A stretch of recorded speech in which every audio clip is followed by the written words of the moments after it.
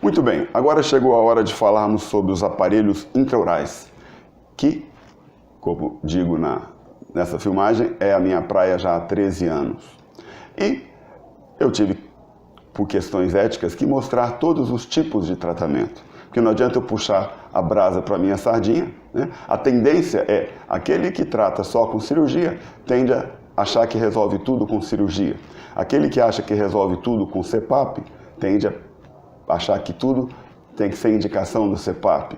E o CPAP, para casos incipientes e casos onde há só o ronco, ele é como se fosse super tratamento que não há necessidade. Então aí entram também os aparelhos intraorais quando se trata o problema quando ainda é ronco. Então cabe a mim, por uma questão ética, falar sobre esses 3 tipos de tratamentos. Mas uma experiência que eu tenho experimentado em meu consultório é que eu tenho muitos clientes que são médicos e vêm até mim e chega na hora da consulta, eu falo sobre todos os meios de tratamento e a hora que chega nessa parte de CPAP, de cirurgia, eles relatam para mim: doutor, eu faço medicina, eu sou médico, os CPAPs eu conheço, as cirurgias eu conheço, eu não quero. Eu quero o seu tratamento, me fala do seu aparelho. Então, interessante notar, né, que eles, como médicos, como profissionais de saúde, sabem da efetividade e da eficácia desse aparelho, com o mínimo de desconforto. É um fato que eu presenciei já por diversas vezes, bastante curioso. Então, preste atenção nesse videozinho que vamos iniciar sobre os aparelhos intraorais. E mostre para aquele amigo que está indeciso sobre qual tratamento fazer. Uma forma de você ajudá-lo. Muito bem, agora é chegada a hora de falarmos sobre os aparelhos intraorais, que é minha praia há 13 a 14 anos e, dentro da odontologia, são estudados há mais de 35 anos, com estudos científicos. Vários tipos de aparelhos, com muitos pesquisadores pelo mundo inteiro, com muitas ideias. O resultado não poderia ter sido diferente. Vários tipos de aparelhos foram criados. E um pesquisador brasileiro começou a estudar e a usar esses intraorais, são pouco difundidos em relação aos CPAP e às cirurgias. A medicina faz muito bem esse marketing, diferentemente da odontologia. Então, poucas pessoas conhecem esse tratamento, poucos profissionais da medicina conhecem e, o que é pior, poucos profissionais da odontologia conhecem esse tratamento. Então, precisamos difundir mais esse tratamento. É um dos objetivos desse nosso canal, divulgar essa técnica de tratamento tão eficaz quanto o CPAP e muito mais eficaz que as cirurgias. Em todos os congressos que eu já participei aqui no Brasil e fora do Brasil, pude observar que os estandes de vendas, 90 a 95% são de indústrias que produzem o CPAP. Um bom entendedor, dá para se perceber a força que a indústria tem sobre esse tipo de tratamento, e difunde isso mundialmente. E, de certa forma, ofusca um pouco o tratamento com os aparelhos intraorais, infelizmente. Mas vamos lutando aí como Davi e Golias e difundindo o nosso método, um trabalho até de formiguinha. Então, um pesquisador brasileiro começou a usar alguns desses aparelhos, que podemos ver aí em tela, e inicialmente por curiosidade, começou a ver se realmente isso funcionava e coisa e tal. E começou a observar o quê? Que alguns aparelhos funcionavam melhor que outros. E ele então, baseado numa disciplina que estudamos há décadas, que chama-se Neurofisiologia Oral Aplicada, trocando em miúdos, em outras palavras, são todas as reações e toda a sensibilidade que nós temos na boca. E através dessa sensibilidade elaboramos, nosso cérebro elabora respostas motoras para cada uma das estruturas de nossa boca. Então, baseado no conhecimento da neurofisiologia oral aplicada, esse pesquisador começou a observar por que esses aparelhos não funcionavam tão bem e alguns melhor do que outros. Então, ele fez 2 perguntas básicas. O que esses aparelhos têm que vão a favor do resultado que eu quero? Ou seja, que dão estímulos positivos para as estruturas da boca, principalmente para a língua. E a segunda e mais importante pergunta foi: o que esses aparelhos têm que dão estímulos negativos, que vão contra o tratamento, que vão contra o resultado que nós buscamos com o tratamento? Então, baseado nessas respostas, ele criou esse aparelho aqui do centro, aparentemente simples, mas de uma complexidade de raciocínio muito grande, onde ele procurou colocar tudo o que havia de positivo e procurou eliminar ou minimizar o que havia de negativo. De negativo, por exemplo, podemos observar esse parafuso imenso lá perto do céu da boca e esse outro aparelho que recobre todo o céu da boca. Céu da boca é um espaço restrito, é um espaço exclusivo da nossa língua.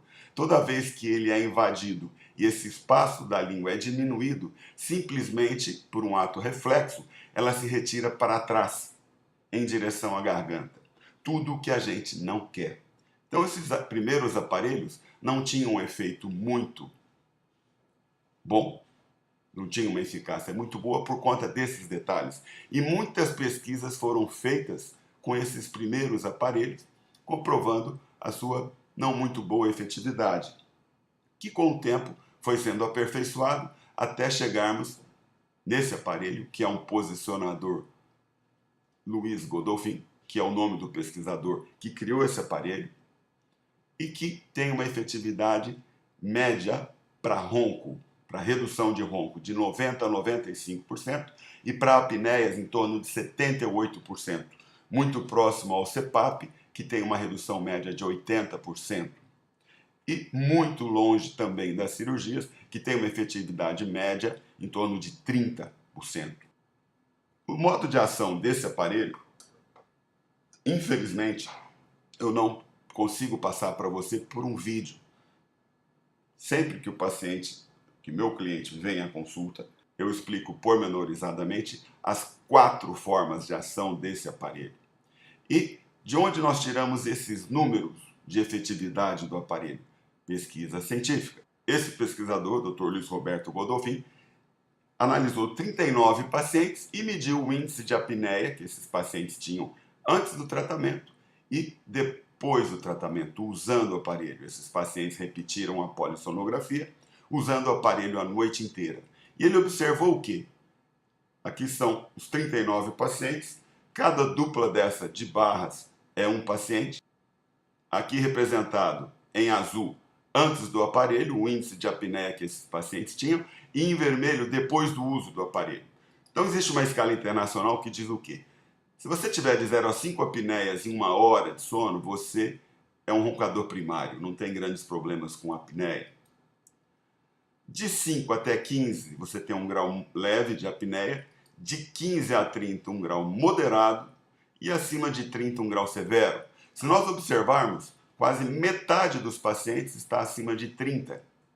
E é um grau de apneia que a medicina do sono preconiza que sejam usados CPAPs como padrão ouro nesses casos. Só que, o que esses pacientes estão fazendo aqui nessa pesquisa? Simplesmente não se acostumaram ao CPAP, como a grande maioria não se acostuma. E quiseram ver o que o aparelho intraoral podia fazer por eles. Aqui nós observamos, então, esses 3 primeiros. Esse com 28 apneias por hora, esse 9, esse 16, baixou para 0, não tiveram mais apneia nenhuma, nem tampouco ronco. Esses outros, 21, 48, 36, 32, 30, abaixaram para 2 apneias por hora. Quando é que nós consideramos normal? Quando colocamos o paciente abaixo dessa linha verde. Ou em casos mais graves, abaixo de 10 episódios por hora, desde que a oxigenação melhore. E aqui nós vemos outros casos, bons, muito bons. Excelente, 68 reduziu para 5 apneias por hora. Vou repetir, de 68 apneias por hora, reduziu-se para 5 apneias por hora. Outros casos bons, muito bons, medianos, péssimo. Esse indivíduo tinha 48 apneias, tinha um problema de desvio de septo, que só respirava pela boca, tentou usar o CPAP com medo de fazer cirurgia, não queria fazer cirurgia, embora já indicada a cirurgia, e muito bem indicada, diga-se de passagem. Ele não se adaptou ao CPAP, achou que o aparelho pudesse fazer milagre e com uma condicional, ele aceitou o tratamento e, se não melhorasse, ele faria a cirurgia. Não melhorou suficientemente, ele fez a cirurgia, voltou a usar o aparelho intraoral e teve uma redução drástica do índice de apneia após a cirurgia, porque voltou a respirar pelo nariz. Fundamental essa condição, respiração adequada pelo nariz. Somando-se, então, o melhor caso ao pior, na média, nós tivemos 78% de redução das apneias. Um índice extremamente bom, extremamente satisfatório, pelo grau de desconforto, que é muito baixo desse aparelho, em relação ao benefício que ele dá. É um aparelho que não depende de eletricidade, é um aparelho feito totalmente sob medida, paciente a paciente, independente do que a indústria tenta vender a preço de banana, aparelhos pré-fabricados, totalmente desajustados na boca, como se cada um tivesse, como se todos tivessem o mesmo tipo de arcada e o mesmo tamanho de dentes. Por isso que esses aparelhos não funcionam bem. O aparelho intraoral tende a ser estigmatizado por esses aparelhos que vendem no mercado. Isso não é um produto, isso tem que ser uma prestação de serviço de saúde, caso a caso, uma coisa totalmente individual, totalmente personalizada. Então isso eu me dedico já há 13 anos e, graças a Deus, com muito sucesso. Se você quiser saber como esse aparelho funciona, quais as características dele, somente vindo à consulta. Na consulta eu posso esclarecer com todos os detalhes. Muito obrigado pelo seu tempo e pela sua atenção e anote no seu caderninho. Esse tipo de tratamento é um tipo de tratamento muito bom, com ótimos resultados. Venha conhecer. Uma outra pergunta que você pode estar se fazendo, né? Será que eu vou me acostumar a esse aparelho? Que às vezes me incomoda, vai ser usado na boca, a boca tem sensibilidade. Exatamente pensando nisso, esse pesquisador realizou também essa pesquisa, onde ele avaliou 31 pacientes que usavam o aparelho intraoral e desses 31 pacientes, o que ele descobriu? Que 89% se adaptou entre 1 e 2 semanas. 65% destes pacientes consideraram fácil ou muito fácil a adaptação. 89% relatou que o aparelho não causou nenhuma lesão aos tecidos bucais, óbvio, ele não pode machucar em lugar nenhum, é um aparelho totalmente liso e pensado nesse sentido. 90% não relataram nenhum desconforto ao usar o aparelho ou apenas um desconforto leve. E 82% responderam que a longo prazo o aparelho é facilmente tolerável. Então isso é um dado interessante para quem tem dúvidas sobre o aparelho. E que aqui tem uma pesquisa que fala sobre isso.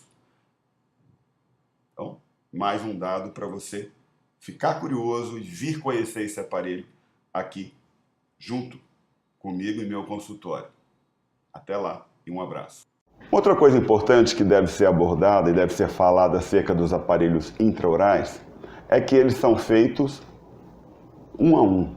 No caso, sou eu quem faz todos os meus aparelhos. Já há 13 anos, mais de 2.500 aparelhos feitos com as mãos.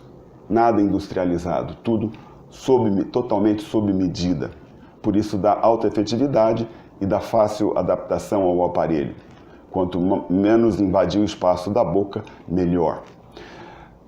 Tempo de duração desses aparelhos, de 3 a 4 anos, em média. Tem pacientes que detonam com 1 ano ou menos, tem pacientes que já vieram trocar o aparelho com 9 anos, porque cuidam bem do aparelho. Todas as instruções que a gente passa para o cliente no dia da colocação, ele segue aquilo religiosamente. Por isso, do prolongamento da vida útil do aparelho. E o fato de fazer o aparelho, né, no caso eu faço todos os meus aparelhos, como já disse antes, implicam duas coisas. Primeiro, que quem faz o aparelho sabe executar de uma maneira muito precisa os ajustes que porventura se fizerem necessários a posteriori. Como, por exemplo, avançar um pouco mais o aparelho, aumentar a retenção do aparelho, recuar um pouquinho o aparelho, enfim, são ajustes que quem tem a mão treinada sabe realizar de uma maneira, como se fosse uma sintonia fina. E a outra grande vantagem, eu tenho muitos clientes que vêm às vezes de fora, de outras cidades, ou cidades aqui próximas a São Paulo, a Brasília e a Uberlândia, e que chegam de manhã e no final da tarde já vão embora com o seu aparelho. Ou seja, em casos especiais eu consigo fazer e entregar no mesmo dia. Mas normalmente eu levo em torno de 24 a 48 horas para entregar o aparelho, que é um prazo muito menor do que aquele profissional que molda, manda o modelo para um protético, depois de uma semana, 10 dias ou 14 dias, esse aparelho volta e, dependendo da condição em que foi feita, ele tem uma adaptação ruim e o profissional não sabe ajustar esse aparelho de maneira adequada, isso acaba incomodando demais o cliente e ele acaba desistindo do tratamento. Esse é um outro diferencial bastante forte. No meu caso, eu faço todos os aparelhos, não abro mão disso, porque cada detalhe é muito importante. E segundo o ditado, o diabo mora nos detalhes. Então, mais essa informação relevante acerca da confecção dos aparelhos. Muito obrigado pela tua atenção e pelo teu tempo. Até uma próxima.